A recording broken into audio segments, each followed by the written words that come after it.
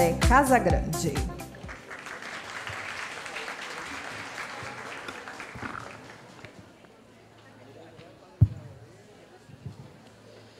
Boa tarde. É uma satisfação muito grande estar aqui. É a quarta vez que eu estou em Vitória nessas últimas 2 semanas. Então, estou ficando um pouquinho capixaba. Mas não fui governador de Espírito Santo, nem tenho a estatura do governador, né? Muita gente, quando eu venho para Vitória, já se confunde, né? Eu fui fazer uma palestra na Undime, mas é o ex-governador, e começa aquela questão. E eu recebo no meu blog muitos e muitos comentários que é para o governador, ou para o ex-governador. Eu escrevi um artigo defendendo o professor uma vez, e o senhor nos paga tão mal, né? E daí veio toda a briga. Então, eu tenho esse problema com o Renato Casagrande. E como vocês estão vendo também, o Casagrande, esse nome é meio enganoso, né? Porque eu estou aqui no palco e quero lembrar a vocês, como disse Fernando Pessoa certa vez, eu não sou do tamanho que vocês estão me vendo. Eu sou do tamanho que eu vejo. E o que eu vejo são os meus sonhos. E eu vou compartilhar com vocês, nessa 1h e pouco aqui, alguns dos meus sonhos, alguns das minhas ilusões, das minhas desilusões, das minhas crenças e descrenças, mas principalmente o meu amor por essa coisa chamada educação. E eu diria para vocês o seguinte, que eu estou muito feliz esse ano, porque eu completei 30 anos, estou aqui na frente de vocês, comemorando meus 30 anos, estou jovem, 30 anos como educador, 30 anos militando, fez 30 anos este ano, que eu, na verdade, entrei a primeira vez numa sala de aula com o professor, e eu, na verdade, entrei pela porta dos fundos da escola. Porque não era para eu ser professor. Não era para eu estar aqui nesta tarde em Vitória, falando sobre educação com vocês, porque eu deveria cumprir a vontade do meu pai. Eu sou de Curitiba, mas eu não sou de Curitiba. Eu sou de uma cidade, eu moro em Curitiba há muitos anos, mas sou de uma cidade chamada Marmeleiro. Já ouviram falar? É muito triste para a gente falar da cidade da gente e ninguém ouviu falar, né?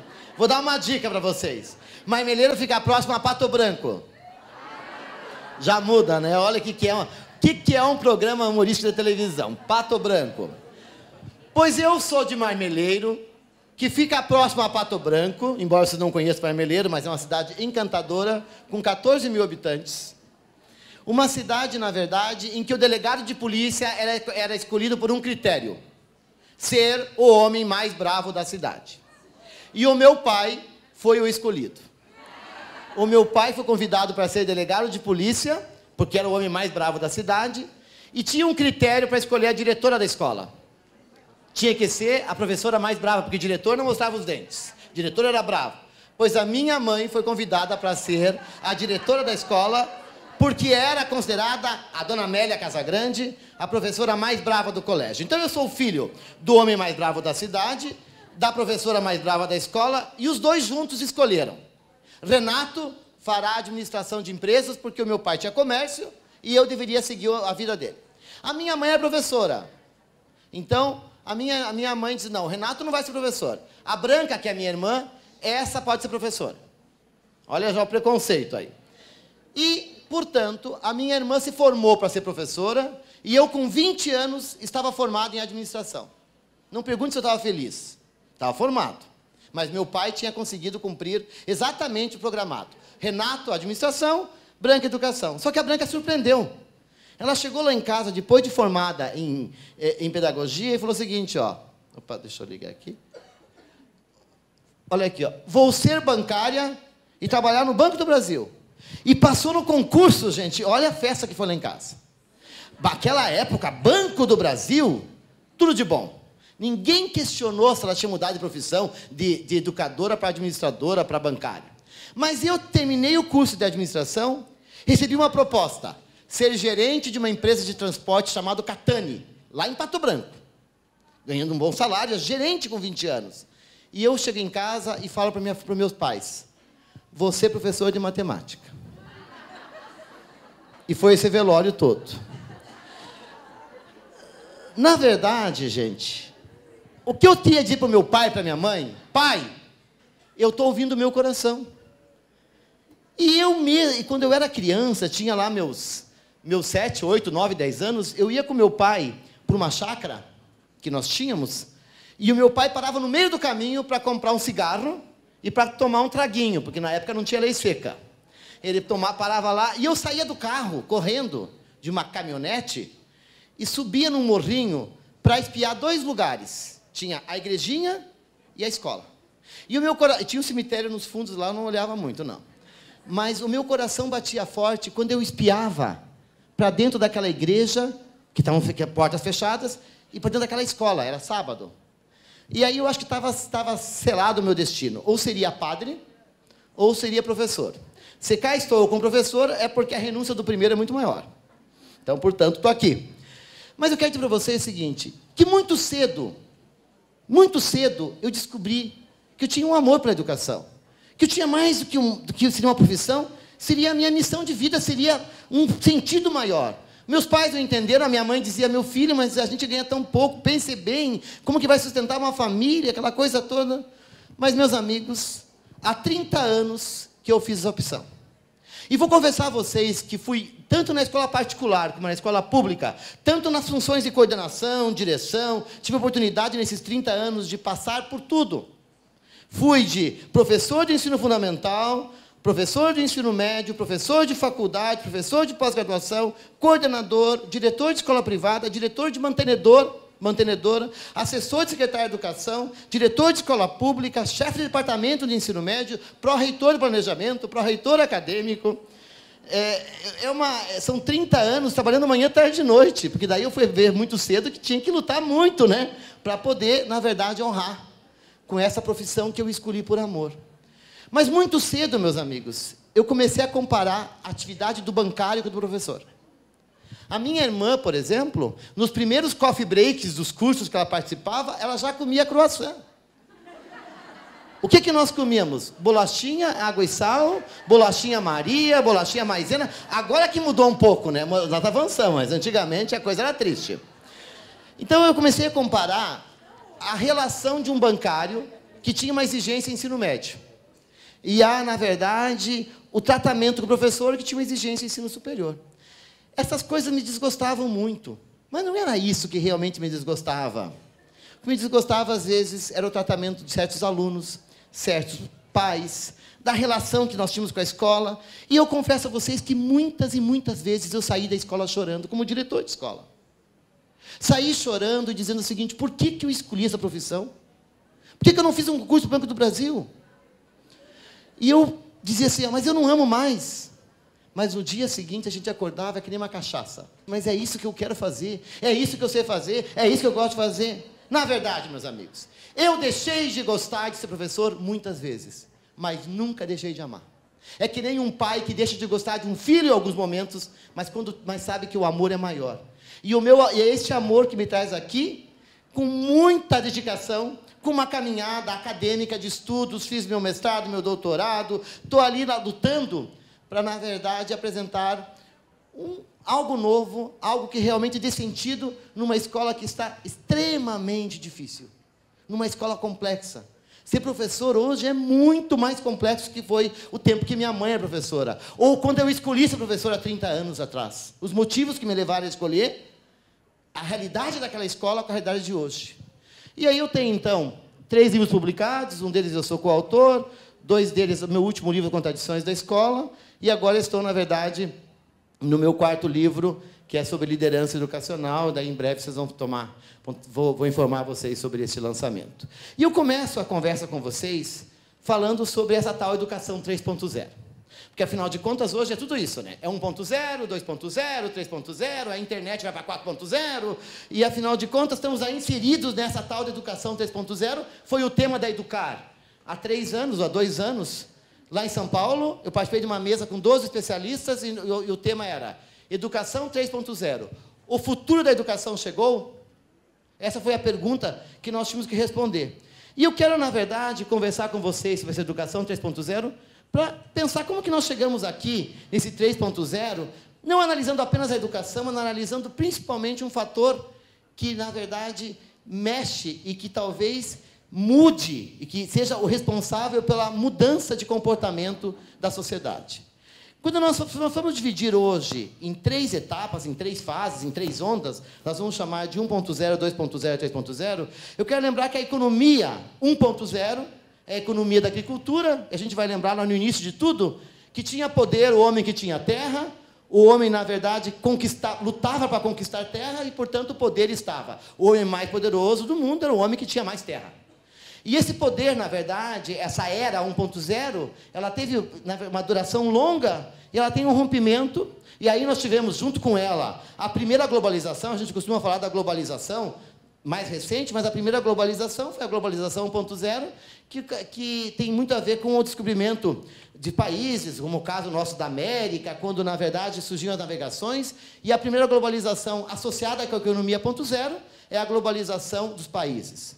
Tivemos com a Revolução Industrial a segunda era, a famosa era da indústria, era do trabalho, e o poder migra de quem tem terra para quem tem empregados, para quem tem máquinas. Não é à toa que no início do século XX, o homem mais rico do mundo chamava-se Henry Ford, o pai da companhia Ford, dos carros que nós conhecemos aí. E nós, com a Revolução Industrial, tivemos também a segunda globalização, a globalização 2.0, que é a globalização das empresas, onde as empresas começam a fazer um comércio entre uma e outra. E chegamos, finalmente, ao que nós chamamos da economia 3.0, a economia do conhecimento, a economia da conexão.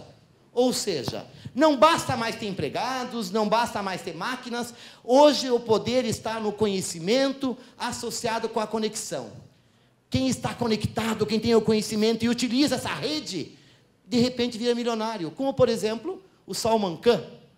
Acho que vocês devem lembrar da história do Salman Khan, foi até destaque na revista Veja, tem o seu livro lá, O Mundo e uma Escola, onde ele conta, e nas entrevistas que ele já concedeu, ele conta a história de um jovem inteligente, que dava aulas particulares de matemática para a sua prima tinha dificuldades em aprender matemática, ele vai dar aula particular, e, de repente, ele viu que tinha muito conteúdo para ensinar para sua prima e resolve, então, começar a gravar pequenos vídeos. E a sacada do Salman foi que não se preocupou em gravar a imagem dele no vídeo, todo bonitinho. Ele pensou o seguinte: o que eu não preciso aprender num vídeo de matemática?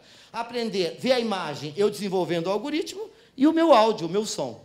E ele começou a gravar vídeos de matemática. E essa menina, sua prima, começou a aprender matemática porque os vídeos deles eram mais didáticos que as suas aulas, que os seus professores. E, portanto, essa menina começa a aprender matemática com os vídeos do Salman Khan e resolve compartilhar na rede com seus colegas. E os seus colegas começaram a aprender e começam a compartilhar. E por aí foi, até que um dia o famoso Bill Gates, da Microsoft, chega em casa e encontra o seu filho estudando matemática. O seu filho, que só gostava de jogar, o próprio Bill Gates conta, de repente, o filhão está estudando matemática com um videozinhos que ele pega no celular, um celular com menos tecnologia que de hoje, e fica espantado de ver a simplicidade dos vídeos.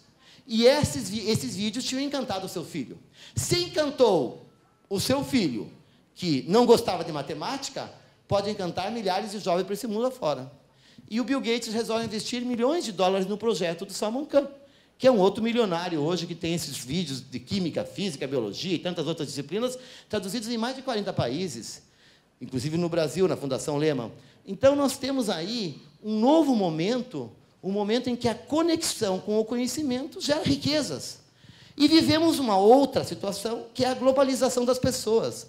Ou seja, não é mais dos países, nem das empresas, mas sim das pessoas.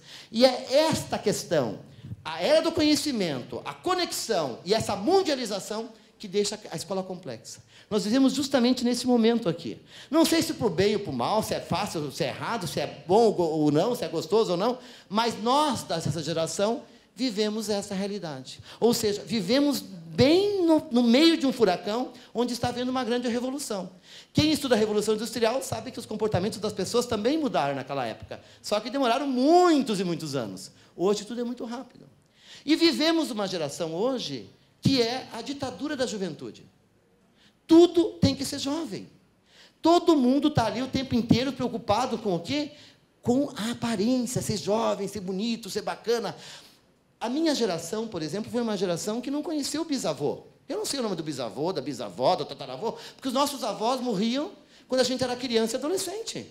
Hoje a bisavó está viva e a bisavó não tem cara de bisavó coisa alguma. Faz botox, pinta o cabelo, tem Facebook, tem Instagram e daqui a pouco está jogando Pokémon. Tá na boa, tá ali, vai jogar Pokémon com seus bisnetos. Ou seja, é uma geração que a bisavó não quer ser bisa. A bisa, na verdade, quer ser jovem. A mãe posta uma foto no Facebook, tira uma foto, posta uma foto abraçada com a sua filha e fica esperando para que as pessoas perguntem, qual das duas é mais velha? São irmãs?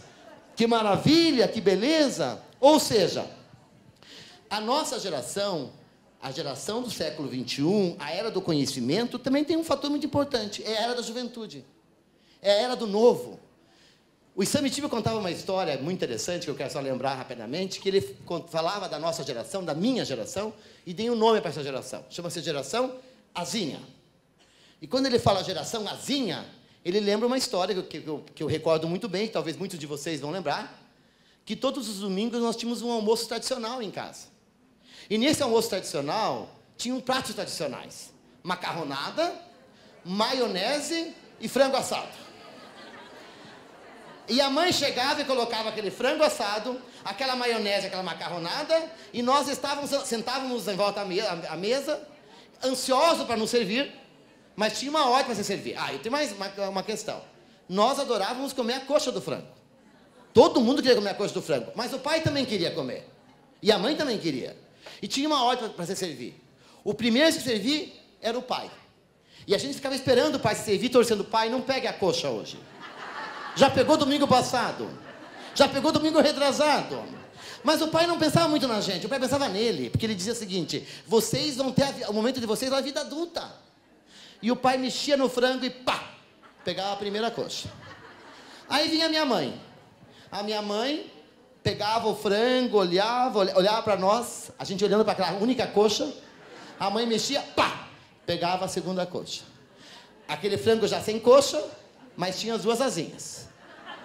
Eu olhava para minha irmã e cada um de nós dividimos e comíamos uma asinha cada um. Ou seja, a geração que comia asinha e o pai com a coxa do frango dizia, vai chegar o tempo de vocês. A sobremesa vinha melancia, o meu pai tinha direito de comer aquele coração da melancia, aquela parte bem vermelhinha, né, doce, e nós aquela parte branquinha, azedinha. Mas vai chegar o tempo de vocês, calma. E não é que chegou? Nós temos os filhos hoje e nós continuamos fazendo no domingo macarronada, maionese e frango assado. E com toda a tecnologia que nós temos, não inventaram frango com mais de duas coxas. Continuamos com as duas coxas. Portanto, serve o frango, o primeiro a servir é o filho mais novo. E pega a primeira coxa. Depois, o segundo a servir é outro filho, pega a segunda coxa. O pai e a mãe, silenciosamente, comem a asinha do frango, dividem a asinha do frango. Conta essa historinha para dizer para você o seguinte, a nossa geração, a geração dos pais de hoje, é uma geração que serviu seus pais e hoje serve seus filhos. Servimos os professores, de lá vai a maçãzinha, de puxar o saco do professor. Hoje o professor tem que ficar puxando o saco do aluno, aquele desespero, aquela coisa. Vocês estão entendendo quando a gente fala da juventude ocupando um papel de protagonista? É que a nossa geração foi uma geração que serviu e continua servindo. O meu pai não, ele serviu os pais dele, mas foi servido pela gente. Mudou, é uma nova realidade, é um século XXI que está aí, com uma grande revolução tecnológica, mas que rompe principalmente três coisas. Uma nova linguagem, um novo modelo mental e um novo comportamento das pessoas. A gente pergunta assim, mas que mundo é esse, então, que nós estamos inseridos hoje? Tem uma resposta que eu acho muito interessante para explicar esse mundo. Está aqui, ó. Esse mundo é o mundo das pessoas dos 140 caracteres. O que quer dizer com isso? Quer dizer, na verdade, que as pessoas estão disponíveis, estão dispostas a ler o que cabe no Twitter. 140 caracteres. Alô, galera de Vitória, do Cinep, de Espírito Santo, é muito bom estar aqui no dia de hoje. Quer ver o que eu faço agora? A gente tira uma foto. Se arrumem, por favor, porque quando tira a foto hoje, Primeira coisa que a gente posta, tira a foto, posta. Quando posta, as pessoas fazem assim com a foto. Para olhar bem de perto. Se você envelheceu, você está magrinha, bonitinha, que roupa está usando. As pessoas querem ver assim. Ó. Então, quando você vai postar uma foto, a primeira coisa que tem que fazer, estique bem e diga, aprovado. Pois bem, vou tirar uma foto aqui. E o que vai acontecer?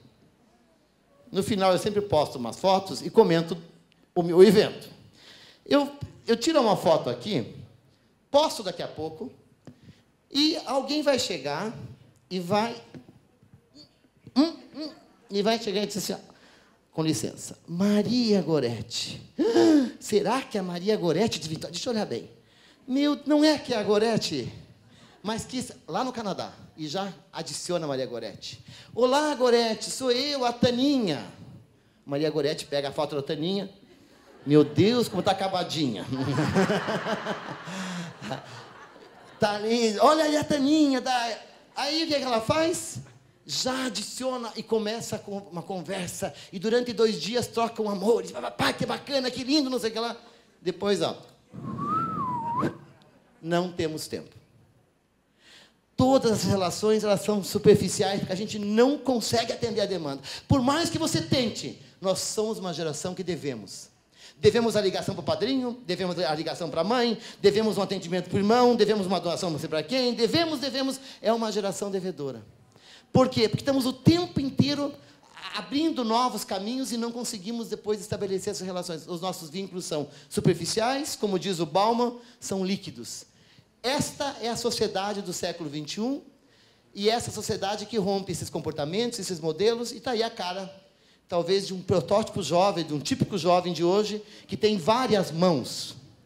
Eu preciso lembrar vocês, essa geração chamada de multitasking, multitarefa, que a minha geração foi uma geração chamada de monotarefa, e o César fez uma pesquisa uma vez e identificou o seguinte, a geração do meu pai, 1.0, a minha geração, 1.7, já vamos explicar o que é esse 1.7, e a geração de hoje, 10, 15, porque faz quantas coisas ao mesmo tempo? 10, 12. Por exemplo, como que meu pai ouvia rádio? Posso pegar uma cadeira emprestada aqui? Dá licença. Meu pai ouvia rádio assim.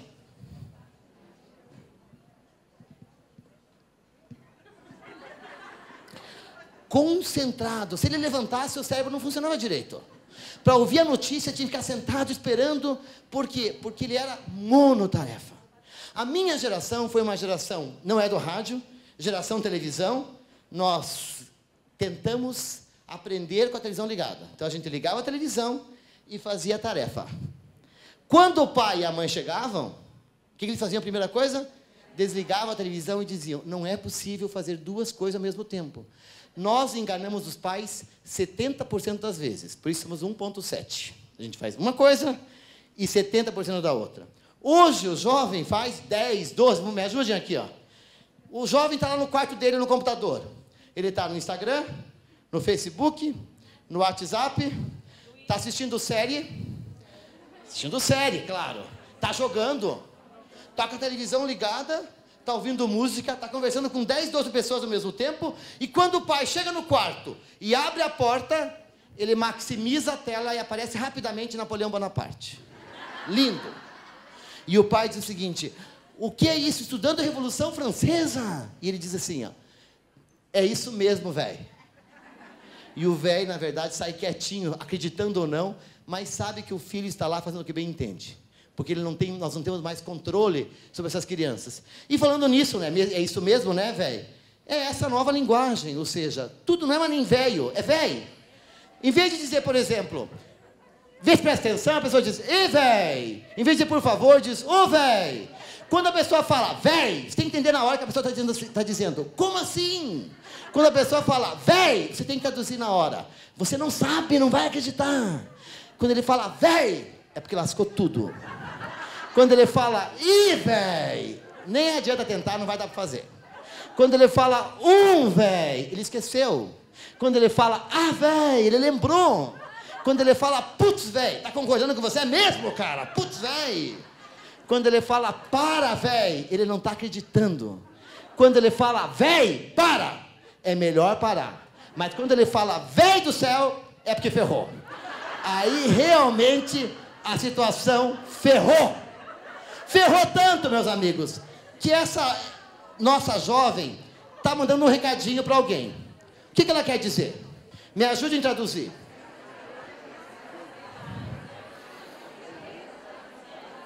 Vamos traduzir?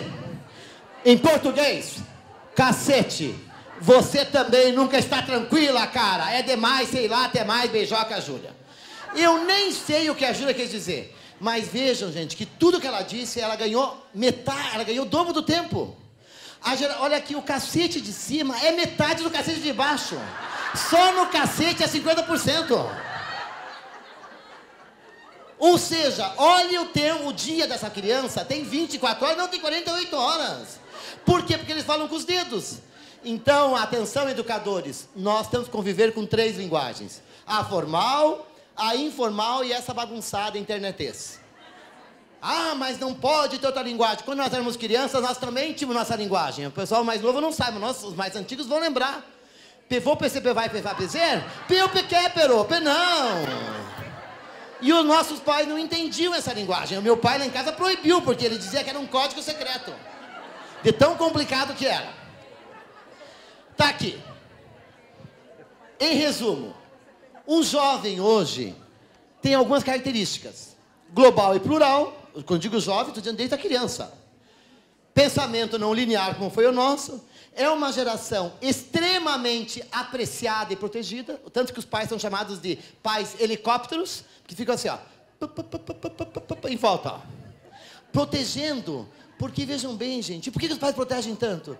Porque investem todo o tempo dele, muito dinheiro, para formar 1, 2 filhos. Antigamente, formavam 10, 12 crianças, e com muito menos investimento. Quanto mais eu invisto, mais caro é para mim, mais eu cuido, mais eu protejo. Portanto, é uma geração apreciada e protegida, ousada e atrevida em função dessa proteção, inclusive. É uma geração do instantâneo, do momento e do prazer. Se não tiver prazer, não dá, não tem solução. Infelizmente, também uma geração pouco efetiva e realista. Nós vamos trazer algumas pesquisas para mostrar para vocês isso. Em síntese, está aqui, ó.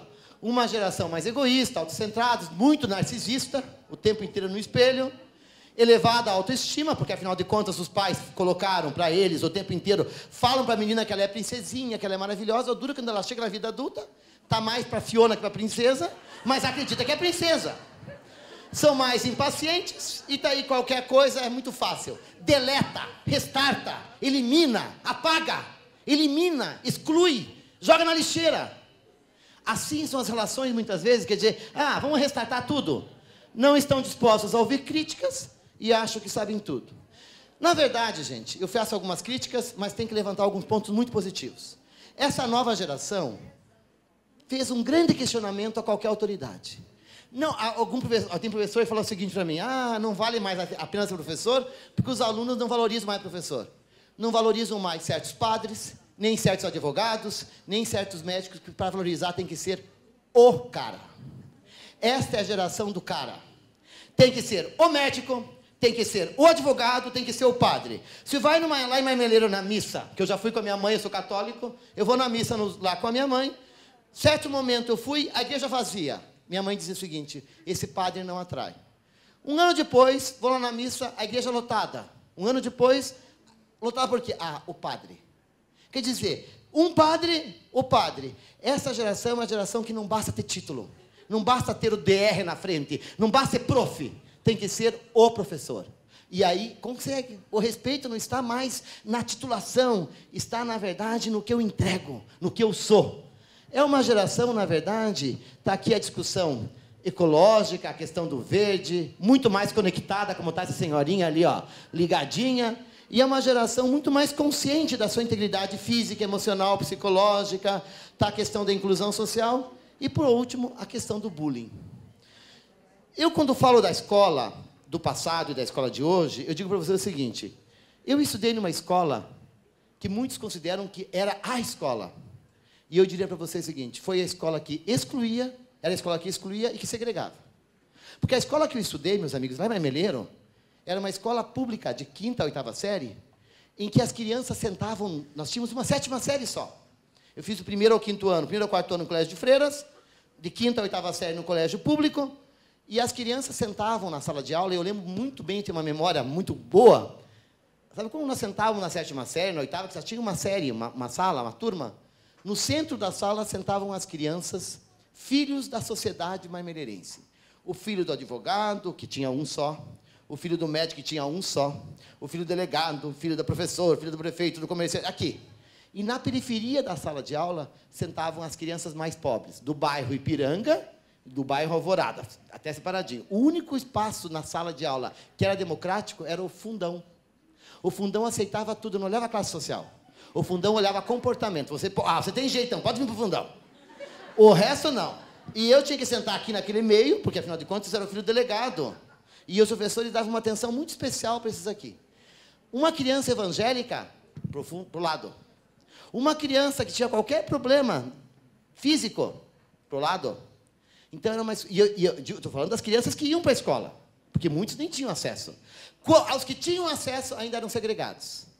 Então, é uma escola que não me deixa saudades. É uma escola que formou muito bem em alguns aspectos, sim, sem dúvida alguma, mas que tem alguns efeitos colaterais que preciso relatar um deles aqui. Quando eu estava na 7ª série, lá em Marmeleiro, como toda criança, eu queria me destacar em alguma coisa. O Freud já dizia que uma das coisas que move o ser humano é o sentimento de apreciação. Nós queremos ser apreciados. Estamos aí com as Olimpíadas, eu estava no Rio de Janeiro hoje de manhã, aquela muvuca das Olimpíadas, né, e todo mundo lá competindo para quê? Para ganhar medalha, para subir no pódio. Nós somos movidos ao sentimento de apreciação, e toda criança quer. Eu não me destacava muito no basquete, não sei porquê, basquetebol nunca foi minha praia. Mas eu poderia me destacar numa coisa. Em geografia, gente. E sabe por que eu escolhi geografia? Porque geografia tinha uma professora chamada Maria Altiva, que costumava dar feedbacks e elogios assim, ó, direto. Se entregava um trabalho, ela chamava lá na frente e escancarava de elogios. E eu pensei, eu vou surpreender a todos com geografia. Como que foi essa surpresa? Os trabalhos que nós fazíamos eram muito iguais. Os professores mais antigos vão lembrar, os alunos que estão aqui mais antigos vão lembrar como que eram os nossos trabalhos. A gente pegava um papel ao maço.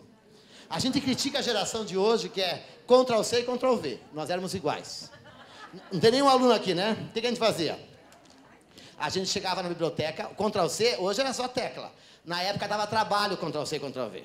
A gente ia na biblioteca e levava um caderno de rascunho, porque era proibido levar caneta na biblioteca. Era lápis. Pegava 2 enciclopédias, Barça e Delta, um caderno de rascunho e copiava, Ctrl+C. Copiávamos. Chegar em casa, Ctrl+V, colávamos. Papel ao maço com pauta e passávamos a limpo. Muito cedo eu descobri que quanto mais grosso o trabalho, mais nota ganhava. Tinha um critério que o professor dava, tinha que ser aqueles trabalhos bem grossos. Eu tinha preguiça de copiar muito. Minha mãe era professora, tinha um monte de revista, eu comecei a colar figuras nos trabalhos. Copiava, cortava, pá, uma figura lá, enchia de figuras e a minha nota começou a crescer. E eu ia na biblioteca, às vezes ia copiar um parágrafo inteiro, era muito longo o parágrafo, eu pulava todo o parágrafo, acho que não tinha, perdia todo o sentido do texto. Nada que um cachorrinho não resolvesse, né? Pega uma figura de um cachorrinho, uma criança lá e pá, colava aquele bebê Johnson, já encantava o professor e já tirava meu 9.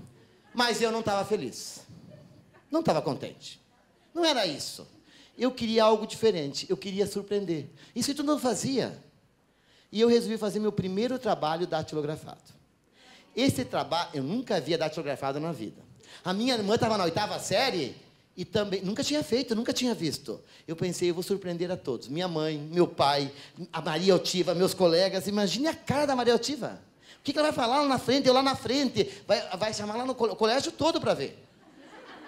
E aí, eu fui fazer, então, o tal trabalho datilografado, sem nunca ter datilografado.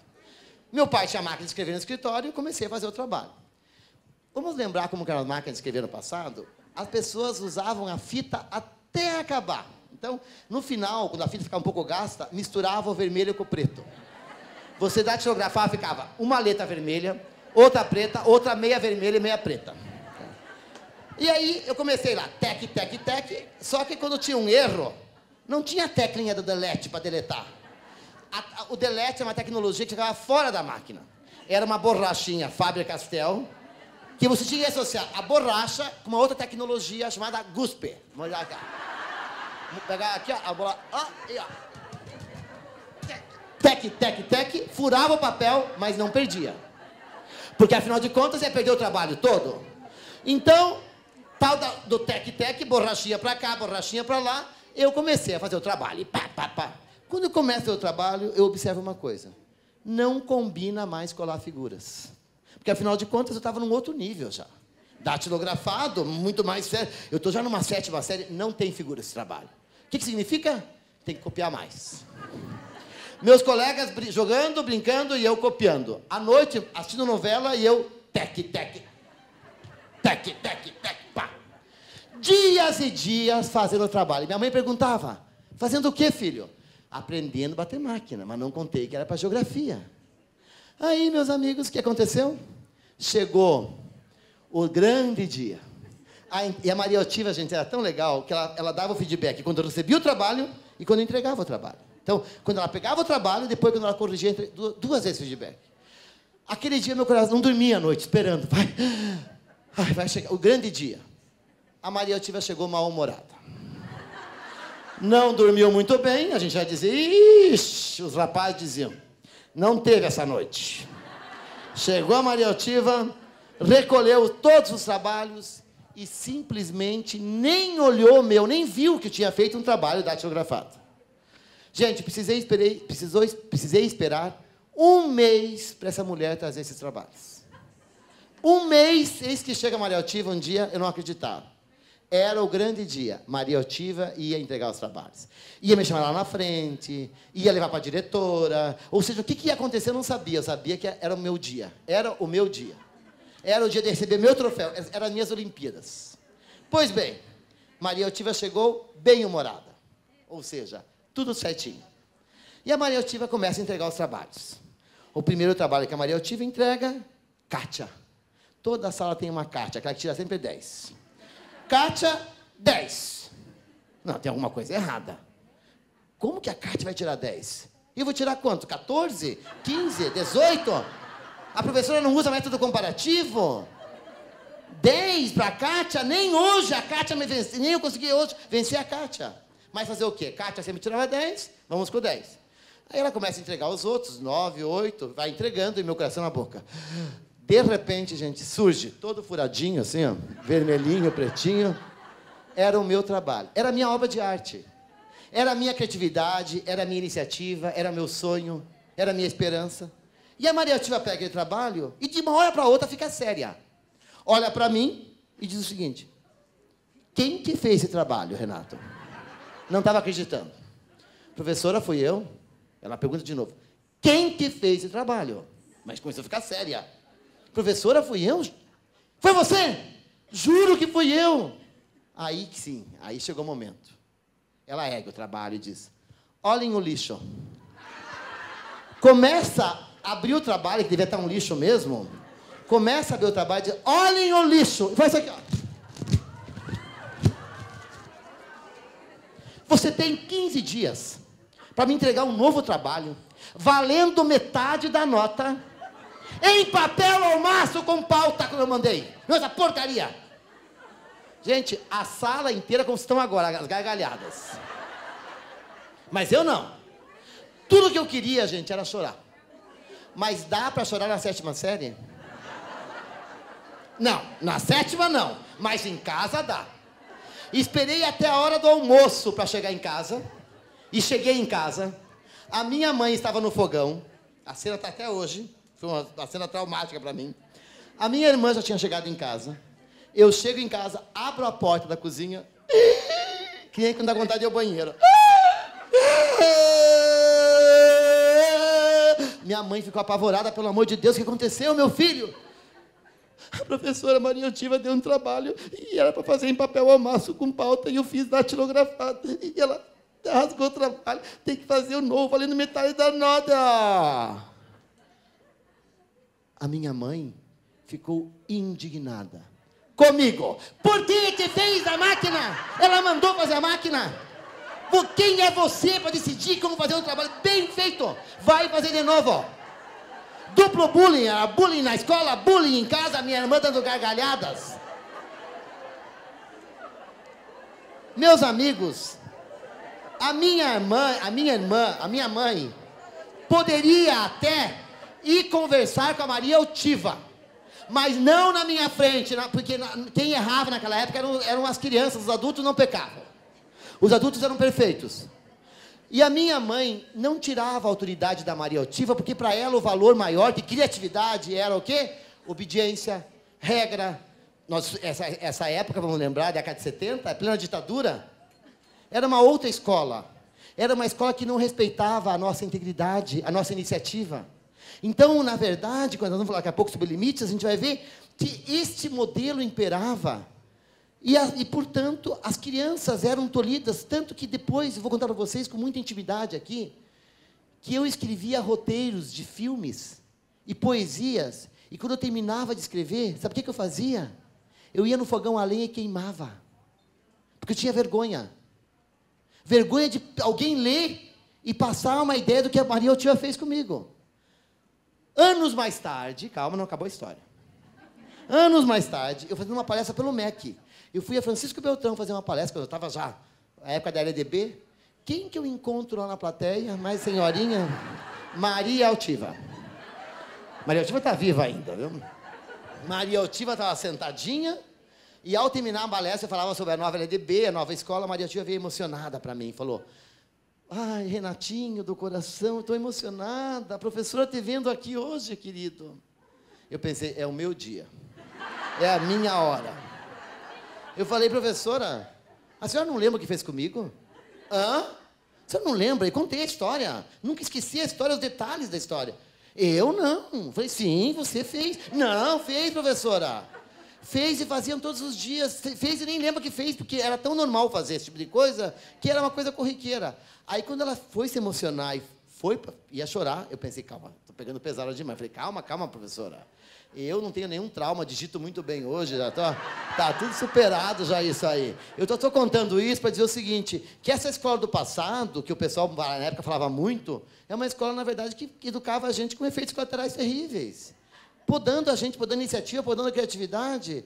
Então, meus amigos, quando a gente fala dessa nova geração, que fomos nós, adultos, que conseguimos fazer essa transformação, para palmas para a nossa geração, que promoveu essas mudanças, é claro que a gente vai olhar, às vezes, com certo saudosismo, porque era mais fácil ser Maria Altiva.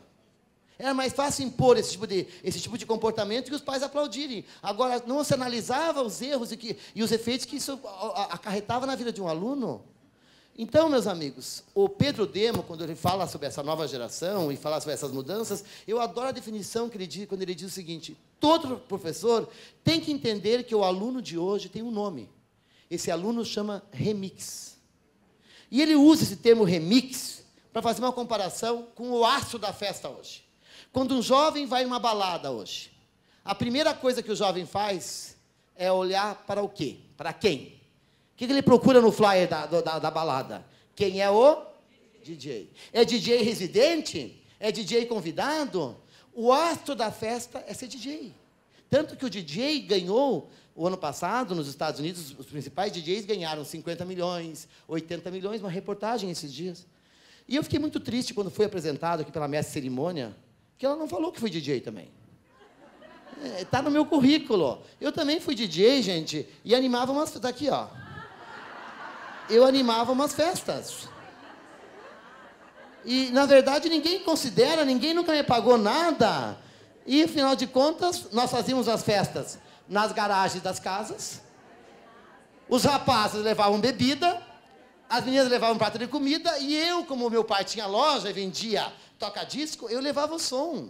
No início, um toca-disco. Depois, a tecnologia veio e surgiu o toca-fita. E com o toca-fita, gente, ficou facílimo ser DJ. Eu levava 3 fitas. A festa era movida a 3 fitas. A primeira fita era um rock lá, todo mundo animado. A segunda fita era o prenúncio da terceira, que é a melhor parte. Era um rock mais lento, avisando o que viria para depois. E aí chegava o grande momento da festa.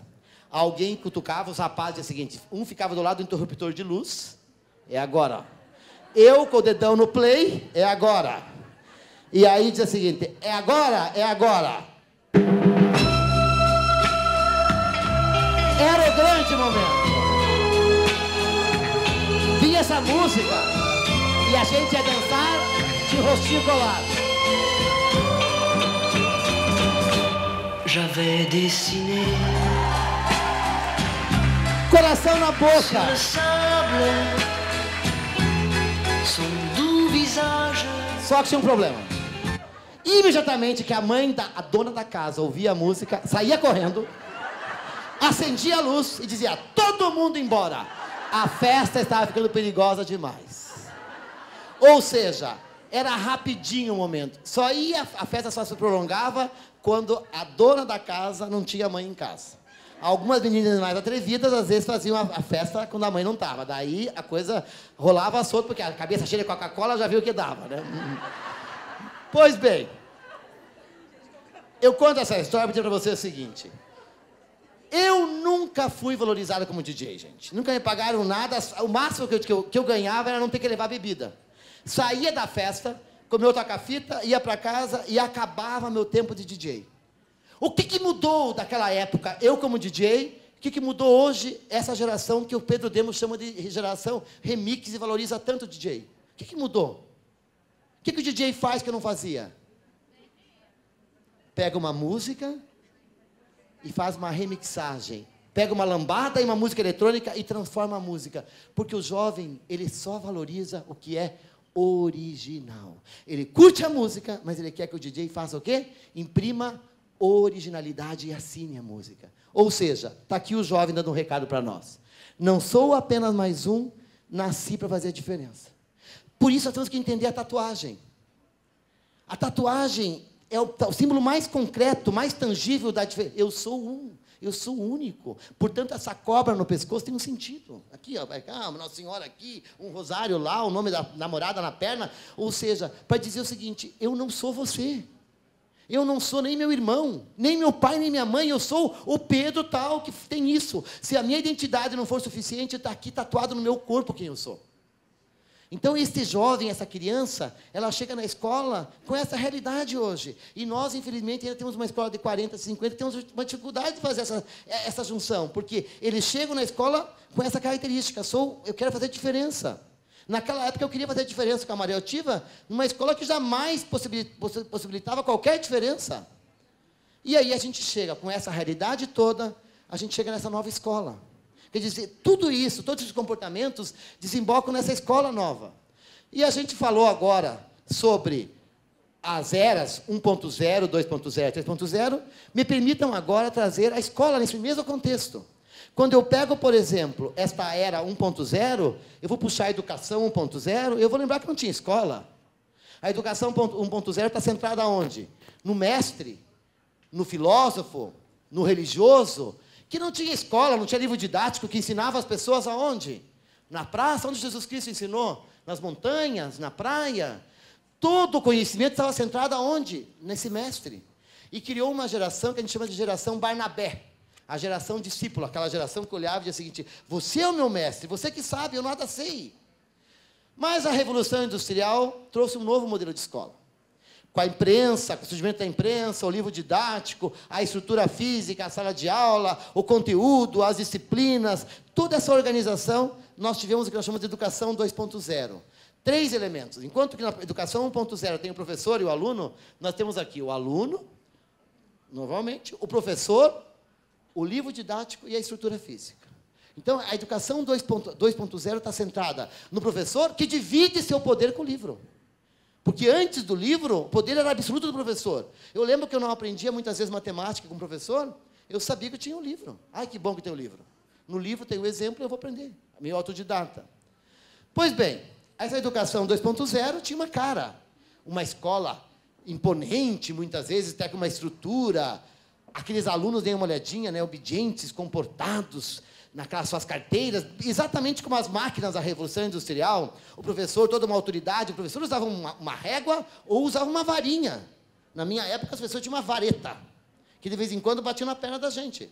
No desfile de 7 de setembro, por exemplo, quantas que a gente não estava marchando, tinha uma varinha da diretora da escola.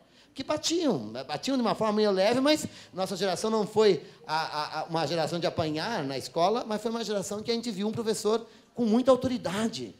E nós, alunos, era a geração tarefa, que ficávamos o dia inteiro copiando, muitas vezes sem sentido algum, mas tínhamos muitas tarefas, ocupávamos o dia todo fazendo aquelas tarefas da escola. E, portanto, essa educação 2.0 está muito calcada na Revolução Industrial, valorizando o máximo a abstração cerebral, quer dizer, é quase que um HD cheio de conteúdos, neste formato, e como Edgar Morin falou, é o aluno de cabeça cheia. Valia, na verdade, a cabeça cheia para fazer a prova de cada bimestre. Mas uma característica muito importante nessa escola do século XX era isso aqui: separar razão e emoção. Emoção lá fora. O que a Maria Altiva fez comigo, por exemplo, é o extremo da racionalidade, da razão.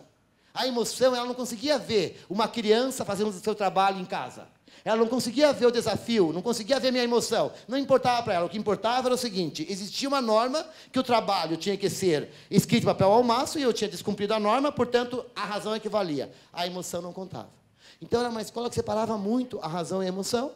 A escola era muito mais preto e branco do que colorida, porque a razão ela é mais dura. E aí nós tínhamos, então, uma escola que separava cabeça e coração, fatos e sentimentos, teoria e prática. Agora é teoria, depois é prática. Eu ensino, você aprende. Ou seja, é uma questão muito de dicotomia. Mas tinha uma característica muito comum nessa escola, vamos lembrar, que nós tínhamos 4 instituições que trabalhavam juntas. Querem ver um exemplo? Essa criança que está aqui, ela era formada pela família, pela sociedade, pela escola e pela igreja. Vejam bem, eu vou começar aqui pela sociedade.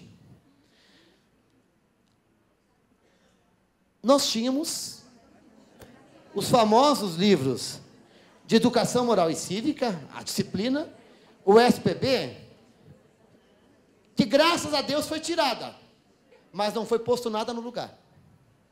Tiramos porque, claro, tinha uma questão de ditadura, uma questão, na verdade, de cumprimento de autocracia, mas, de certa maneira, gente, formava e educava a criança para o civismo, para a moral. A educação moral era dada no livro, com o professor, e, portanto, era uma disciplina que reprovava. O aluno tinha todo aquele ensinamento, como se ensinava matemática, geografia, e, portanto, nós tínhamos na escola essa organização curricular, e a sociedade tinha um lema: o bem vence o mal. Nós éramos educados também com as novelas das 8, da Rede Globo, da Rede Tupi. Nós assistimos as novelas com os pais, a novela das 8 era às 8. E o Jornal Nacional era do jantar, e todo mundo assistia a novela das 8. E o pai tinha uma certeza absoluta que o vilão ia aprontar a novela inteira. Mas, no final, todas as crianças iam ver o vilão. Ou ele morria, ou ele ficava louco, ou era preso. Eram 3 finais. Então, o que vai acontecer com o vilão? Ou vai morrer, vai ficar louco, ou vai ficar preso. O que aconteceu? Jeanette Claire, uma ousada escritora na época, resolveu colocar um mocinho não tão mocinho. Uma novela chamada Pecado Capital, ela colocou um mocinho, um motorista de táxi, e esse motorista de táxi, ele, na verdade, era o mocinho da novela, Francisco Coco, fazia com a Beth Faria, aquele pai bonitinho, vamos lembrar um pouquinho. Um bandido, no primeiro capítulo da novela, deixa uma maleta cheia de dinheiro no carro dele, esquece aquele dinheiro, o bandido é morto logo depois, o dinheiro fica com ele, ninguém sabia que ele estava com o dinheiro, ele guarda o dinheiro para devolver para a polícia. Mas aí começam a surgir alguns incidentes. O pai dele ficou doente, ele vai gastar o dinheiro para pagar a cirurgia, vai devolver depois. Aí queria impressionar a namorada, ou seja, ele começa a novela inteira, ele usa o dinheiro, e aquela consciência, se devolve, não devolve o dinheiro, e era o mocinho da novela. E, no final, ele devolve o dinheiro, ele consegue, só no último capítulo ele vai devolver o dinheiro. E aí tinha um final, afinal de contas, o mocinho aprontou.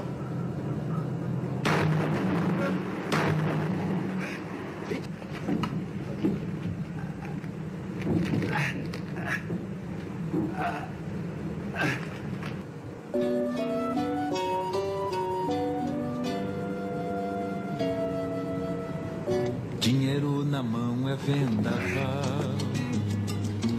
vendaval na vida de um sonhador, Ou seja, o mocinho não foi tão mocinho, no final, a ditadura está ali, ó, vai ter que morrer. Não tinha perdão. Mesmo sendo mocinho, por quê? Porque o crime tinha que ser provado para as crianças que não compensava. Ou seja, existia um certo conto de fadas nas novelas. A sociedade era um meio conto de fadas. Nós olhávamos e dizíamos o seguinte, meu Deus, todos os adultos eram maravilhosos, eram perfeitos. O juiz não pecava, o empresário não roubava, o político era extremamente honesto. O político a gente fazia, vinha o deputado, todo mundo corria para beijar a mão do deputado, ele ficava com a mão assim, ó. E todo mundo olhando aquela sociedade, era o exemplo, era a referência. Portanto, a sociedade, dessa forma torta, ela educava. E hoje, os fins justificam os meios, a gente vê ética, a gente vai olhar para a sociedade. O que esses jovens veem? Como que eles analisam a sociedade? Primeiro, vão ver as novelas, nós vamos lembrar que nós lutamos tanto pela democracia. Logo que veio a democracia, conquistada por nós, veio uma novela chamada Roque Santeiro. E todo mundo esperava, o senhorzinho Malta, que era o Lima Duarte, aprontou a novela inteira. Era um coronel. E todo mundo dizia o seguinte, vai morrer, vai ficar louco ou vai ser preso? O que aconteceu com o senhorzinho Malta? Fugiu com a viúva porcina. Ou seja, os pais ficaram apavorados. Ou seja, a novela não está educando mais, porque a novela vai passar a mostrar a realidade a partir de agora. Afinal de contas, é um outro Brasil, é um outro momento. E, a partir daí, nós começamos a ver todos os dias isso. Ou seja, como que essas crianças, quando eles olham para a sociedade, eles vão dizer o seguinte, essa é uma instituição educadora? É formadora? Portanto, meus amigos, a sociedade não é a nossa parceira. Perdemos a parceria com a sociedade, vamos olhar a igreja. Eu sou educado, sou católico, sou educado dentro de uma formação cristã muito séria, muito religiosa, muito forte. E, na verdade, atrás da mesa, dessa mesa que tinha o frango assado, tinha esse quadro. E sabe o que representava esse quadro para nós? O catecismo. Meu filho, a minha mãe dizia, cometeu o pecado leve, purgatório, é fogo, e os anjos puxando. Cometeu o pecado grave, é no fundo do inferno, não tem ninguém que puxe. Vai queimar a vida toda. A vida toda, a vida toda. A gente já achava uma certa hipocrisia esse catecismo. Mas, de certa maneira, a religião naquela questão do temor do inferno, a ideia do inferno, do diabo, de fazer o bem, de Deus, tudo aquilo para a criança, na verdade, era mais uma instituição que formava. Eu continuo católico, continuo cristão, mas acontece que a religião ficou individual. A religião, quando Nietzsche fala da morte de Deus, nós vivemos na era da morte do Deus social. O Deus é individual, mas o país é laico, a escola é laica, as estruturas são laicas, portanto, a religião é algo muito individual. Eu tenho colegas que vão na missa, são católicos, mas não confessam mais. Ou vão na missa no domingo e na quarta-feira vão no centro espírita. Por quê? Porque eu sou um pouco espírita e um pouco católico. Outros, um dia estão no Cheixo Noie, outro dia estão no Evangelho, outro dia na Umbanda, outro dia não está perdido, não sei o que quer fazer da vida. Ou seja, esta nova geração vê a igreja de uma forma diferente, vê a religião como algo individual, associado com esses escândalos todos, porque nessa mesma época que a igreja pregava-se de santa, os padres cometiam pedofilia. Mas nada disso chegava para a gente, hoje chega. Está aí, ó. Pastor é pegado com garoto, denúncia da Assembleia Diocese da França. Recentemente, eu li essa matéria no jornal, fiquei assustado. Ó. Pastora evangélica provoca polêmica no Canadá após declarar que não acredita em Deus. É isso que eles estão lendo? Ou seja, a religião é algo individual e nós não temos mais, então, a grande instituição, a igreja, como formadora. Vamos para a família. Que família? Novas famílias, novas composições, nova composição, é pai e pai, é mãe e mãe, é pai sozinho, mãe sozinha. A escola tem que lidar com essa realidade. E, principalmente, com os novos comportamentos. Olha o que os filósofos contemporâneos falam sobre, incluindo o Cortella aqui, sobre os valores das famílias atuais. A família da nova geração. Primeiro, uma geração inconformada, aflita, anelante, entusiasta e muito competitiva. Falam mais. Tudo na nossa geração nos interessa. Porém, como eu falei agora há pouco, a maioria de maneira superficial. Não somos religiosos nem ateus. Cada um com uma forma particular de espiritualidade. Espiritualidade é algo individual. O que mais? Geração em que o sonho de eternidade começa por uma satisfação materialista. Pacote de CVC para Fortaleza. Ou para Nova York, ou para Disney. Comprar uma casa, comprar um carro. Poder, fama, nem que seja no Facebook. Mas é fama. E termina que cada um fabrica uma ética à sua medida. Querem ver um exemplo? Esses dias, esses tempos, uma colega minha, advogada, aconselhando o filho dela a ir para os Estados Unidos, na época que o dólar estava mais barato, comprar 3 iPhones. Um para ele e 2 para vender. Porque ela fez o cálculo que, com a venda dos iPhones, ele pagava a viagem. Ou seja, com o contrabando dos iPhones, ele pagava a viagem. Mas ela é toda ética. Isso pode, isso não pode. Eu estava assistindo uma cidadezinha no interior de um país, de um estado, e uma professora bem humildezinha com uma bolsa Louis Vuitton. Bolsa Louis Vuitton, professor, ou é roubado, ou é falsificado, ou é de herança, né? Porque não deve comprar. Porque vai comprar bolsa Louis Vuitton? A professora com a bolsa Louis Vuitton. Made in Paraguai, 25 de março, bem fajuta a falsificação. Aí aquela bolsa Louis Vuitton, ela toda orgulhosa com a bolsa. Eu fiquei pensando, será que ela vai dar logo essa bolsa? Deve ir. Coloca a bolsa e diz o seguinte, é proibido colar. Isso eu posso, isso não pode. Estou entendendo como que a sociedade é uma sociedade que a criança deve olhar para o adulto e falar assim, que adulto é esse? A mãe fala em ética, mas estava com o cartão de crédito devendo, não atende o telefone porque está cheio de cobrador e continua comprando. Comprando o que não precisa, porque a criança vê que às vezes não precisa, na verdade, com o dinheiro que a mãe não tem, e muitas vezes compra alguma coisa para mostrar para as pessoas que ela nem gosta. Ah, quero mostrar essa bolsa nova para a Marlene, para ela ver como eu posso comprar. Ela não gosta da Marlene. Ou desfila com o carro novo em frente da casa do ex-namorado, para dizer, viu como eu consigo?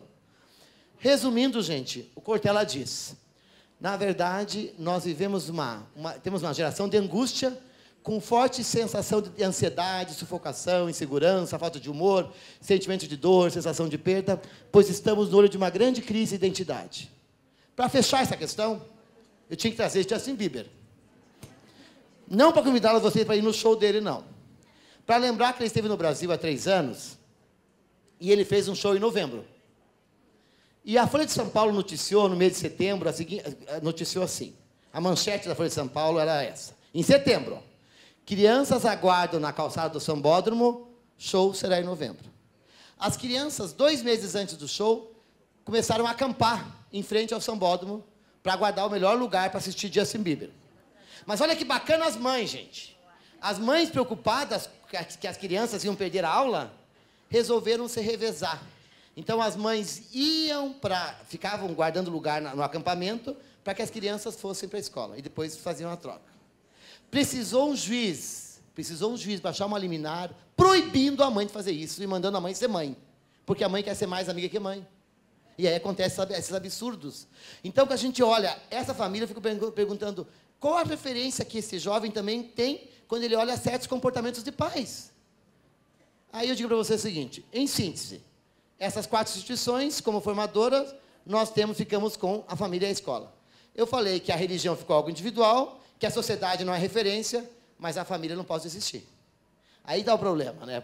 Perdemos talvez 2 ali, mas a família e a escola não, então eu preciso contar com essa família e com essa escola. E aí, meus amigos, eu diria para vocês que a gente pode chegar aqui na educação 3.0 e dizer o seguinte, ó, a educação 3.0 é da tecnologia, a educação 3.0 é do tablet, a educação 3.0 é do smartphone. Eu acho que é disso tudo. Mas a educação 3.0 é mais do que isso. É a educação da subjetividade. Do lado subjetivo da vida. É desse lado que a tecnologia não dá conta. Quanto mais informação, mais alienação. A tecnologia gera alienação. E aí, meus amigos, aqueles gurus que diziam que o professor do século XXI ia acabar, erraram feio. Pode acabar um professor que não quiser se transformar. Porque não tem mais espaço e está cada vez mais se reduzindo esse espaço para o professor, na verdade, que insistia em ser um professor do século XX. Agora, que a escola tem que exercer um novo e importante papel na educação do século XXI, isso não há dúvida. Os gurus da administração, sabe o que eles dizem do futuro? Dizem o seguinte, que as fábricas no futuro vão ter apenas máquinas, um monte de máquinas, um homem e um cachorro. Vou repetir. Um monte de máquinas, um homem e um cachorro. Aí a pergunta que eu faço a vocês. Por que um homem só? Por que um homem? Fazendo o que esse homem? O que vai fazer esse homem? Dar comida para o cachorro. O homem vai dar comida para o cachorro. E por que um cachorro? Para não deixar o homem tocar nas máquinas. porque as máquinas farão tudo. O que o homem tinha que fazer, ele já fez. Já está no HD, já está no software. A escola não é isso. Que bom. A escola, na verdade, o ser humano, essa figura chamada professor educador, tem um papel super relevante numa era de alienação, em que as pessoas só leem manchetes, gravatas, não tem profundidade, em que tudo ficou superficial e que nós perdemos essas duas instituições que acabei de citar, como grandes formadoras. Portanto, meus amigos, a escola precisa, sim, viver uma grande transformação que passa desta revolução industrial para a revolução digital, dessa abstração cerebral para uma acuidade mental, é uma nova forma de aprendizagem, e é a escola, na verdade, que passa da cabeça cheia para a cabeça feita. E essa cabeça dessa nova escola nós temos que considerar cabeça e coração, fato e sentimento, teoria e prática, ensino e aprendizado, tudo isso está junto. Como eles dizem hoje, tudo junto, misturado. Não tem mais como separar razão e emoção. A escola do século XXI é razão e emoção juntos, afetividade e cognição. Portanto, quem lê Pedagogia do Amor, continue lendo sim, só não fiquem nela só. Porque nós temos que ler a Pedagogia do Amor, da compaixão, da paixão, e nós temos que ler também Robert Marzano, que fala das evidências científicas da aprendizagem, porque a educação, o ensino é uma ciência. E nós temos que ler também Douglas Lemov, que fala das técnicas para dar uma boa aula, porque ensino também é técnica.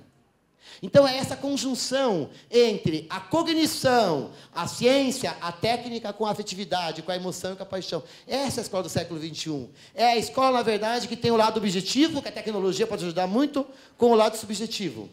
O Yves Lattaille, na verdade, quando ele fala dessa nova escola, ele fala sobre a questão da dimensão moral, que não é mais aquela educação moral e cívica, mas sim a dimensão moral da criança que tem que ser trabalhada desde a educação infantil. Ou seja, são novos desafios para a escola. E aquele professor que insistir, eu sou apenas um transmissor de conteúdos, está sendo muito discutida essa questão agora, por causa da lei, da ideologia, essa questão toda, para dizer que é muito mais isso do professor. Eu admiro muito o Alexandre Garcia, mas esses dias eu acho que ele deu uma bola fora quando ele falou: na escola o professor transmite conteúdos, é a família que educa. Não é bem assim. Nós sabemos que as coisas não se separam. Na escola nós educamos e também valorizamos e muito o conteúdo. É o conteúdo com sentido. É o conteúdo, na verdade, que vai ter tem uma relação direta com o aluno. Agora mesmo, a jornalista da Tribuna me perguntava sobre essa nova escola, sobre esses conteúdos, se é importante ou não é importante o conteúdo. O conteúdo é fundamental desde que é associado a uma realidade do aluno. Aquela época daquele monte de conteúdos que nós aprendemos sem sentido, está indo embora. Agora, claro que o conteúdo é fundamental. Agora, num novo contexto e de uma nova forma de despertar o interesse dos alunos. Porque quem é professor aqui de 6º ao 9º ano em ensino médio sabe que nós não estamos conseguindo mais despertar o interesse desses alunos. Até o 5º ano eu tenho um fator que me ajuda, chamado curiosidade. Do 6º ao 9º ano, do 6º em diante, eu perco a curiosidade e preciso lidar com um gancho chamado interesse. E o professor precisa trabalhar muito com interesse. E aí, meus amigos, a afetividade, de mãos dadas com a cognição, pode ser um grande caminho. O Moacir Cadotti diz o seguinte, o professor do século XXI é o educador que impregna sentido à vida dos seus alunos. A profissão docente está centrada na vida, no bem viver. O professor constrói o sentido, transforma o obrigatório em prazeroso. Ou seja, aquela tarefa não é mais tarefa, é um propósito, portanto, é obrigatório e é prazeroso. Eu diria que o nosso grande desafio na escola do século XXI está aqui. Nós precisamos resgatar uma cultura escolar. Nessa mudança que fizemos na escola e na sociedade, nós perdemos o prumo. Nós fizemos a curva da vara, nós fomos do 8 para 80. Em função desse respeito à integridade do aluno, às suas diferenças, talvez a gente tenha tido dificuldade de estabelecer limites. E, portanto, eu quero falar com vocês agora um pouquinho sobre essa cultura e por que a gente volta a discutir com tanta veemência a questão dos limites. E eu quero fazer essa minha conversa com vocês uma releitura do trabalho do Yves Lattaille, quando ele fala dos limites a serem respeitados, dos limites a serem estabelecidos ou impostos, como ele usa o termo imposto, pode ser estabelecido, ou limites a serem transpostos. E eu diria para vocês o seguinte, puxando tudo que eu conversei com vocês até agora, que a escola do século XXI é uma escola que respeita os limites, e esse limite significa o quê? Respeitar a natureza do indivíduo. Respeitar, na verdade, o ser humano. respeitar a diversidade, respeitar, na verdade, esse cara diz o seguinte: não nasci, eu não nasci para ser uma a mais, eu nasci para ser um. Portanto, esse respeito aos limites está aqui, ó. O aluno diz o seguinte: professor, Maria Altiva, esse é o meu espaço, aquele é o seu espaço. E nós temos que conviver nessa escola do século XXI com uma questão muito dura, gente, que essa nova geração de crianças vive um drama: a exposição e a invasão. Elas não escolheram serem fotografadas e nem serem divulgadas, mas elas estão nas redes sociais, elas estão expostas, qualquer carinha delas, ou seja, aquele direito à privacidade, elas não tiveram, não estão tendo. Afinal de contas, a sociedade de hoje valoriza o quê? Valoriza o que tem que ser exposto, daqui o Big Brother, ó. Sociedade moderna suprime a diferença entre o que é privado e o que é público, entre o que somente pode se desabrochar na sombra e o que pode ser mostrado a todos em plena luz. É tudo, você é filmado, você está sendo mostrado, é fotografado o tempo todo. Então está aqui, ó, é o clique, é a curtição. O homem e a mulher antigamente tinham uma imagem, o que mostrar lá fora e o que mostrar aqui dentro. Hoje não temos mais a diferença. Na verdade, a pessoa que não se expuser é uma pessoa não digna de confiança. A pessoa tem que estar no Facebook, tem que estar no Instagram, ou seja, caso contrário, eu desconfio. Tem que mostrar se é original, tem que mostrar autenticidade. Portanto, a criança é induzida desde pequeno a esse tipo. Quantos likes se tem hoje? Quantas curtidas? Nós somos a geração das curtidas. E isso tudo tem gerado o quê? A era da grosseria, da intolerância, não do conflito, porque a minha geração é do conflito, a geração do confronto. Isso que é duro.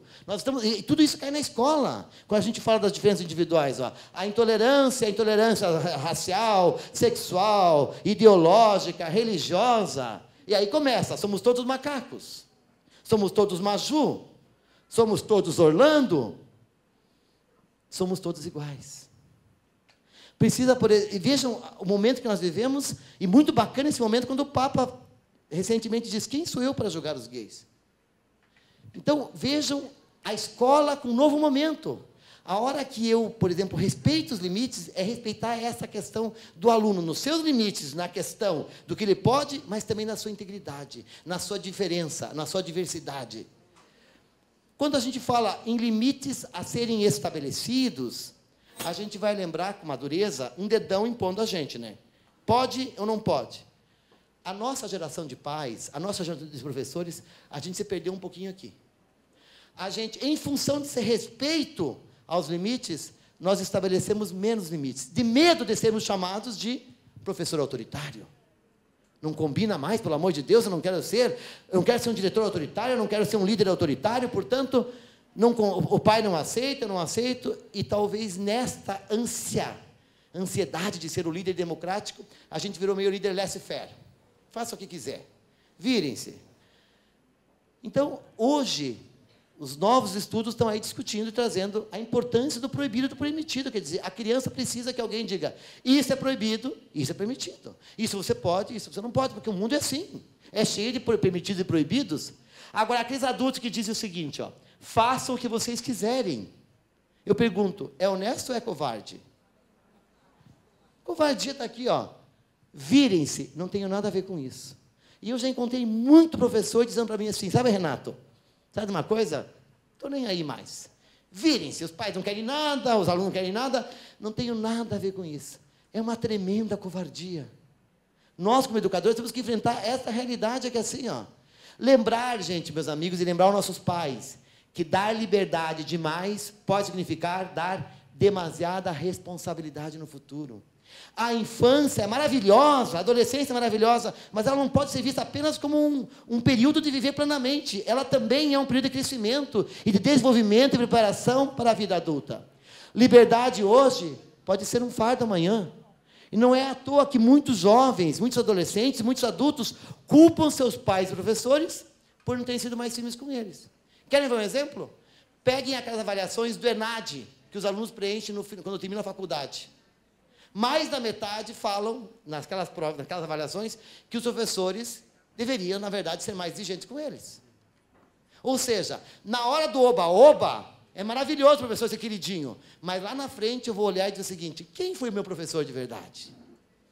Quantas vezes você foi meu pai de verdade, foi minha mãe de verdade? Quantas vezes que você agiu como educador, ou quantas vezes que você quis apenas me agradar?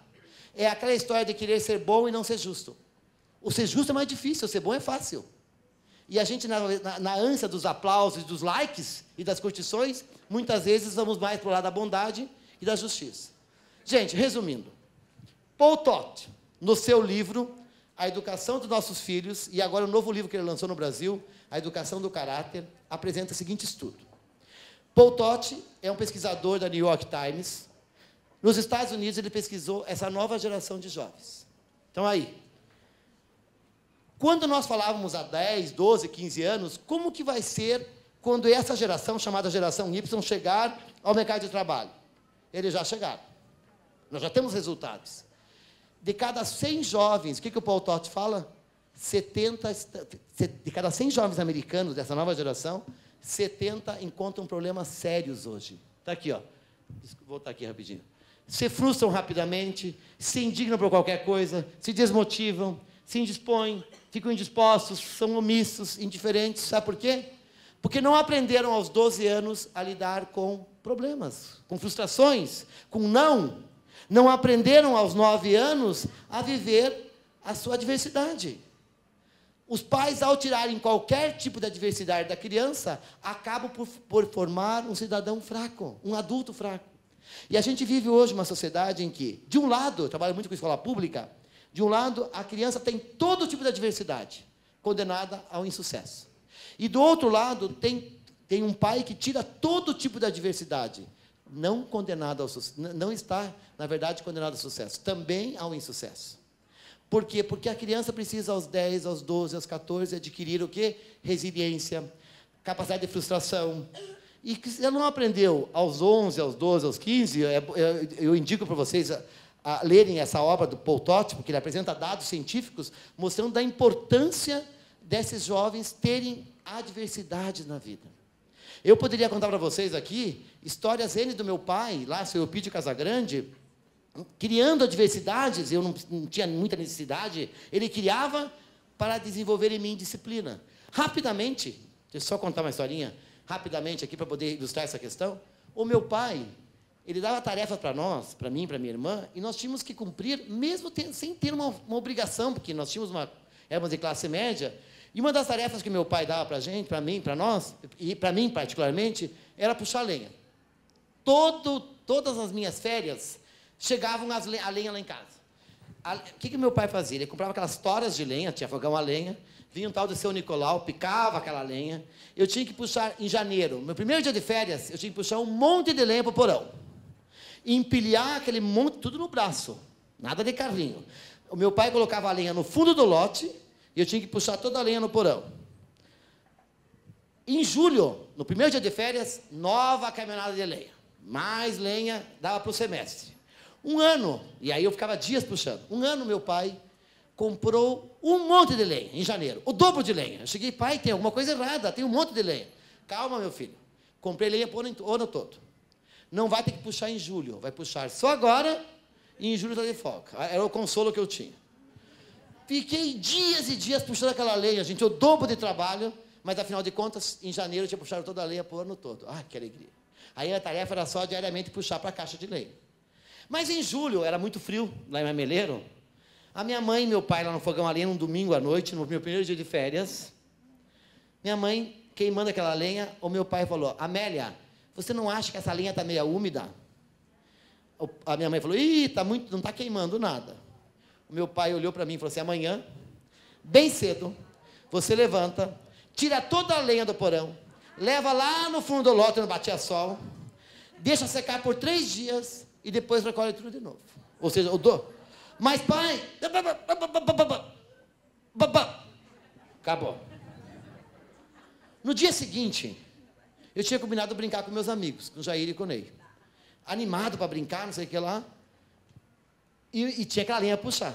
Meus amigos chegaram e por 9 da manhã, eu falei, temos uma brincadeira nova. Gincana da lenha.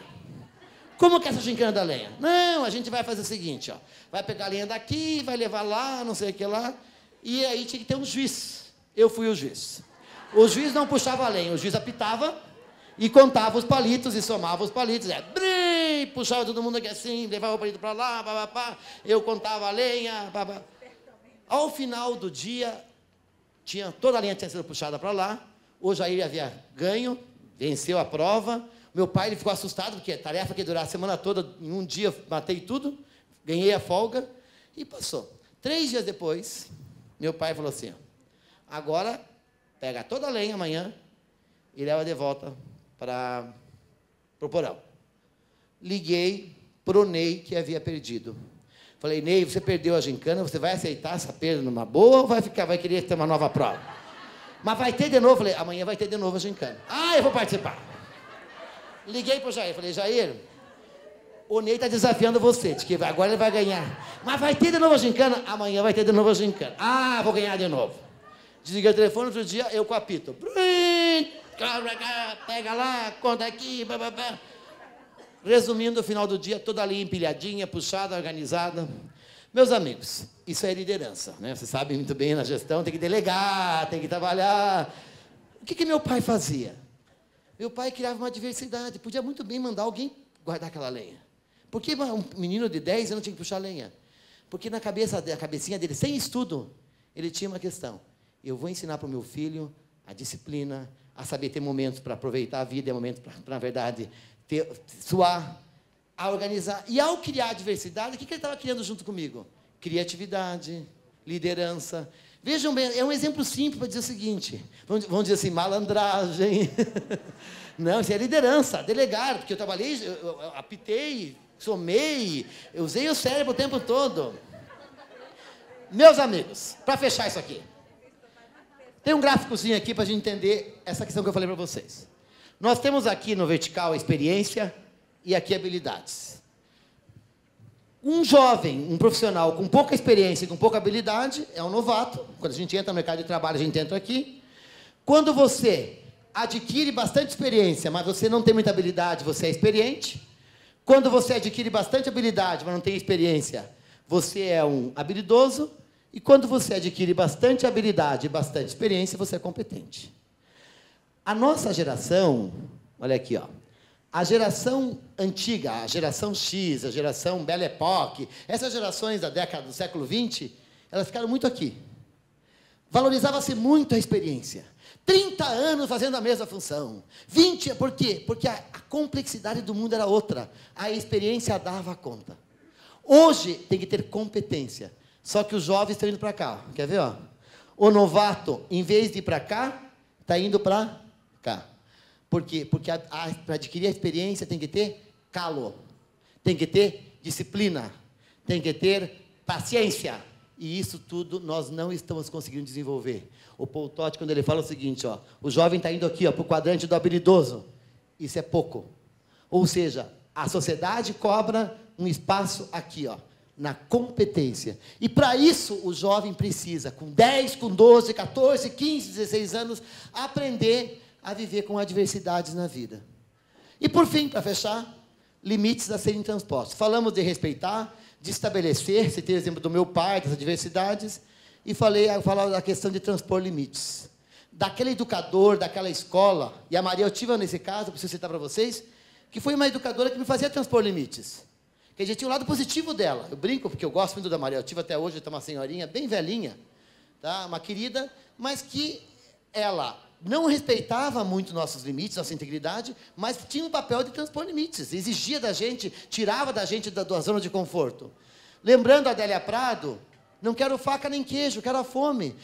Esse é um papel fundamental do professor, despertar a fome, despertar o desejo. E eu diria para vocês, gente, que as escolas, aí o Paul Todd afirma isso, não são boas em desafiar seus alunos, em tirar da sua zona de conforto. Nós acabamos não estimulando que corram riscos. Eu acho que a nossa escola ainda está uma escola desse modelo assim, a escola da exaustão. Dá atividade, o aluno se estressa nessa escola, é como se fosse uma corrida. Mas o mundo, na verdade, não é uma corrida. O mundo, na verdade, é uma escalada. Está aqui, ó. O mundo cobra hoje um cidadão que é desafiado, que corra riscos, que desenvolva estratégias para enfrentar os riscos. Essa corrida aqui não desenvolve estratégia. Então, essa escola que enche de atividade para o aluno e acha que está cumprindo o seu papel, é uma escola do século XX. É a escola que deixa o aluno exausto, cansado, estressado, mas ele não aprendeu a desenvolver estratégias, a desenvolver escolhas para a sua caminhada. Então, essa analogia, essa metáfora da corrida para a escalada, eu acho que ela é muito prudente para dizer do papel que nós temos hoje na transposição de limites. Pequeno Príncipe, quando diz, se você quer construir um barco, não convoque as pessoas para coletar madeira e não dê a elas tarefas de trabalho. Mas, ao invés disso, por favor, ensine-as a desejar a imensidão infinita do mar. Então, eu, como educador, como professor nesses 30 anos, ensinei muitos alunos, eu dei muito peixe, ensinei a pescar, mas eu sabia que o meu maior desafio era ensinar o desejo pela navegação. Quer dizer, é o aluno olhar para a sua disciplina e falar assim, ó, é por ali que eu vou. É o professor, na verdade, desenvolvendo no aluno a construção de autoconfiança para que ele chegue lá. É o professor ajudando o aluno a encontrar a sua chave do sucesso. Permita-me trazer aqui mais um elemento, mais um americano, que é o Kim Robinson, que escreveu um livro chamado O Elemento-Chave, onde ele critica a escola e diz o seguinte, a grande maioria dos profissionais do século XX e XXI não se realizam no trabalho e ele culpa muito a família e a escola por não ajudarem as crianças a encontrarem a sua chave do sucesso. Tanto que nós trabalhamos com educação superior, sabemos que 75% dos jovens no terceiro ano do ensino médio não sabem que curso vão fazer. E fazem primeira opção para veterinária e segunda opção para direito. Você olha assim, mas veterinária e direito, o que tem a ver? Ah, não, é veterinária, direito, mas quem sabe eu faço biologia ou agronomia. Então, não é só a questão da profissão. É a criança e o jovem ficar com a gente 12, 14, 15 anos e não encontrar a sua chave. Isso é bíblico, é talento. Nós não conseguimos, infelizmente, nesse modelo que nós temos da escola, ajudar os nossos alunos a encontrar a chave que vai levá-los à sua realização. E aí eu recomendo muito que a gente comece a estudar, eu trabalho muito com o coaching, e tenho visto como o coaching tem ajudado, coaching discente, coaching docente, coaching de gestão, como sou presidente da Associação Brasileira de Coaching, fundamos uma associação de coaching educacional, para justamente trazer o coaching para a educação com ferramentas apropriadas para que o professor possa utilizar e ajudar os seus alunos a encontrar essa chavezinha. Para fechar essa minha conversa com vocês, poderia dizer o seguinte no final, é possível...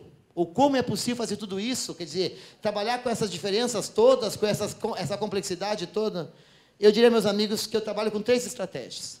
Primeiro, uma voltada à família, outra voltada aos gestores e outra voltada aos professores. Se eu fosse dar um recado para vocês com relação à família, eu diria, toda escola tem que ter escola de pais. E não é uma escola para ensinar geografia e história, é para trazer os pais próximos a gente para discutir sobre a educação dos filhos deles. A gente chama o pai muito para a questão objetiva da vida. Nota, aprendizagem, disciplina. É mais do que isso. É discutir o lado subjetivo da educação dos seus filhos. Quem educa os pais hoje é o Big Brother, é a novela das 8. Ou seja, nós sabemos que muitos e muitos pais não estão aí acompanhando essa questão que nós estamos aqui como hoje discutindo. Quando eu falo dos gestores, eu digo que o gestor precisa urgentemente dar um passo e subir um degrau da gestão para a liderança. A escola do século XXI exige comportamentos de líderes que são mais ousados, mais audaciosos. A gestão é mais programática, mais planejada, até mais estruturada. A liderança é mais ousada. Eu trabalho, minha tese de doutorado é sobre liderança educacional, e eu fiquei assustado que no Brasil não temos nenhuma pesquisa científica sobre liderança educacional. E aí olhamos para a administração, para as empresas, e torcemos um pouco o nariz. Então, o gestor passar para líder, e, por fim, o professor, eu diria o seguinte, assumir o papel de protagonista. É essa cabeça baixa, cabisbaixa, triste, é um olhar altivo e assumir o seu protagonismo. Enfim, meus amigos, tomar uma decisão. Ser o cara. Ser um ou ser o. Os dois lados da moeda. De um lado, o professor que decide ser um.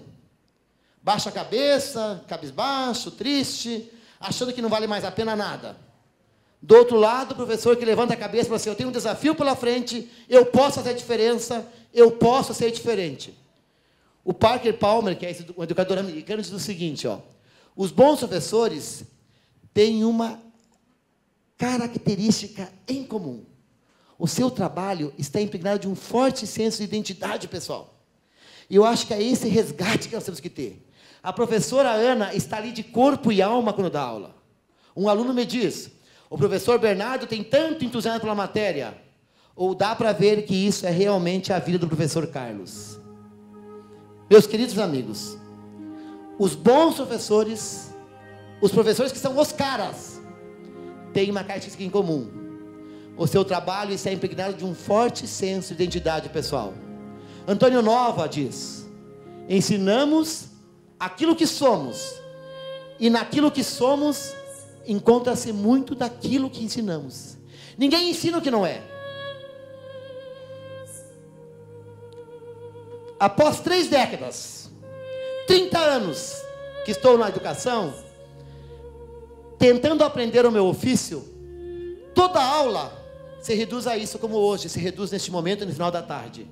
Meus alunos, que foram vocês hoje, e eu, cara a cara, envolvidos em uma antiga e difícil troca chamada educação. As técnicas que eu dominei nunca desapareceram, mas eu sei que tampouco bastam. Face a face com vocês, meus alunos, como hoje, eu dominei apenas um recurso, a minha identidade. E foram assim nesses 30 anos. A minha individualidade, a minha opção desse eu que ensina, sem o qual não tenho noção do tu que aprende. Meus amigos, para fechar minha conversa com vocês, eu vou dizer para vocês uma coisa. São pouquíssimas as profissões, e eu vou contar com vocês agora nos dedos, que mudam as pessoas. A minha irmã se aposentou recentemente do Banco do Brasil.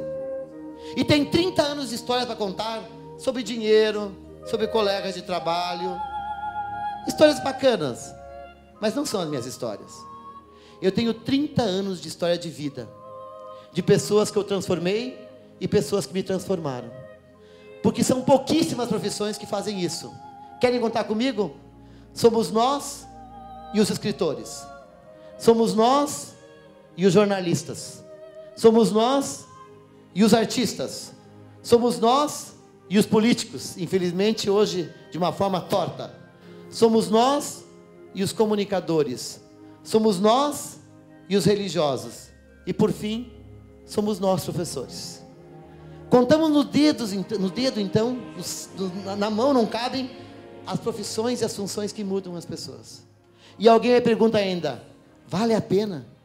Depois de 30 anos, Renato Casagrande, vale a pena? O Steve Jobs diz para mim, pouco antes de morrer, às vezes, a vida te bate com um tijolo na cabeça. Não perca a fé. Estou convencido de que a única coisa que me fez continuar, e eu estou convencido disso também, foi que eu amava o que eu fazia. O seu trabalho, professor, irá tomar uma grande parte da sua vida. E o único meio de ficar satisfeito é fazer o que você acredita ser um grande trabalho. E ele diz mais, e o único meio de fazer um grande trabalho é amando o que a gente faz. Se a gente não amar, tudo isso é um fardo demais. Eu digo para vocês que não tem ciência que dê conta, que não tem técnica que dê conta, porque a morte de um educador começa quando a rotina, quando os problemas e a desesperança ocupam seus corações, a ponto de sufocar, de adormecer e até às vezes matar o seu amor. Nesse envolvimento entre alunos, gestores, pais, professores, eu diria só um recado para vocês. Buscando em Confúcio, ele diz, conte-me e eu esqueço. Mostre-me e eu apenas me lembro. Envolva-me e eu compreendo. Para fechar a nossa conversa, eu diria sem dúvida nenhuma que o professor contemporâneo, o educador contemporâneo, tem a cabeça nas nuvens, porque está antenado com as mudanças, está observando tudo isso, está antenado com todas essas transformações, tem os pés no chão porque é um realizador, porque sabe o que tem que fazer, mas tem acima de tudo as mãos no coração. Quando tudo faltar, meus amigos, quando a gente perder a ciência, a técnica, não tivermos mais esse recurso, nós ainda temos o amor pela nossa profissão. Muito obrigado, valeu. Muito amor a vida de vocês. Adorei estar aqui com vocês.